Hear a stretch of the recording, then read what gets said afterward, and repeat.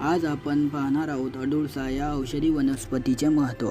अडुळसा भारतामध्ये सर्वत्र प्रसिद्ध आहे। याची पाने मोठी भाल्याच्या आकारासारखी असतात। प्रत्येक फळामध्ये 4 बिया असतात। याचे औषधी गुणधर्म। अडुळसाच्या मुळा, पाने, फुले औषधीसाठी वापरतात। सर्दी, खोकला, दमा इत्यादींवर अडुळसा खूप गुणकारी आहे।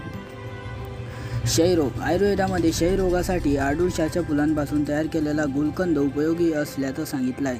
अडुळसाची पाने कुस्करून चिनी मातीच्या भांड्यात ठेवावे, त्यात खडी साखर मिसळावी आणि भांडे उन्हामध्ये ठेवावे। सकाळ संध्याकाळ हे मिश्रण हलवावे। 1 महिन्यानंतर हे मिश्रण वापरण्यायोग्य होते।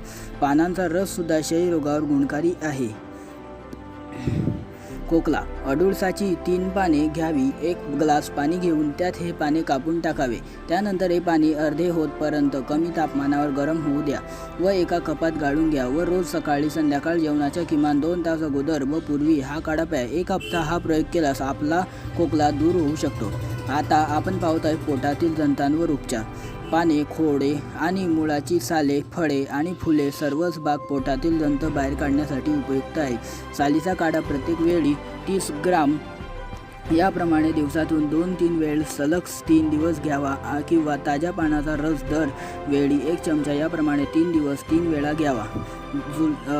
कोणाला जुलाब किंवा आव झालेला असेल तर त्याच्यावर हा उपाय प्रभावशाली आहे। जुलाब किंवा आव झाला असल्यास पानांचा रस 2 ते 4 ग्राम घ्यावा। कोणाला त्वचारोग होत असतो त्याच्यापासून कशी सुटकारा पावायचा त्याच्यासाठी हा उपाय करावा। हा आयुर्वेदिक शास्त्रातला आहे। ताज्या जखमा, खांद्यावरची आणि इतर ठिकाणची सूज यावर पान बांधून ठेवल्यास चांगलाच लाभ होतो। खरूज आणि इतर त्वचारोग यांवर पानांचा गरम काढा घ्यावा।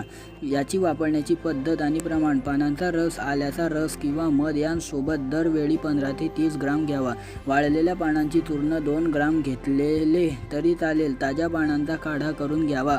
खोकल्यामध्ये अनेक आयुर्वेदिक औषधीमध्ये अडुळसा या पानांचा रस असतो। कोळीच्या सालीचा ही काढा 30 ते 60 मिलीच्या डोसात घेतला तर मित्रांनो, चॅनलला प्लीज सबस्क्राईब करा आणि व्हिडिओला लाईक करा। Please subscribe.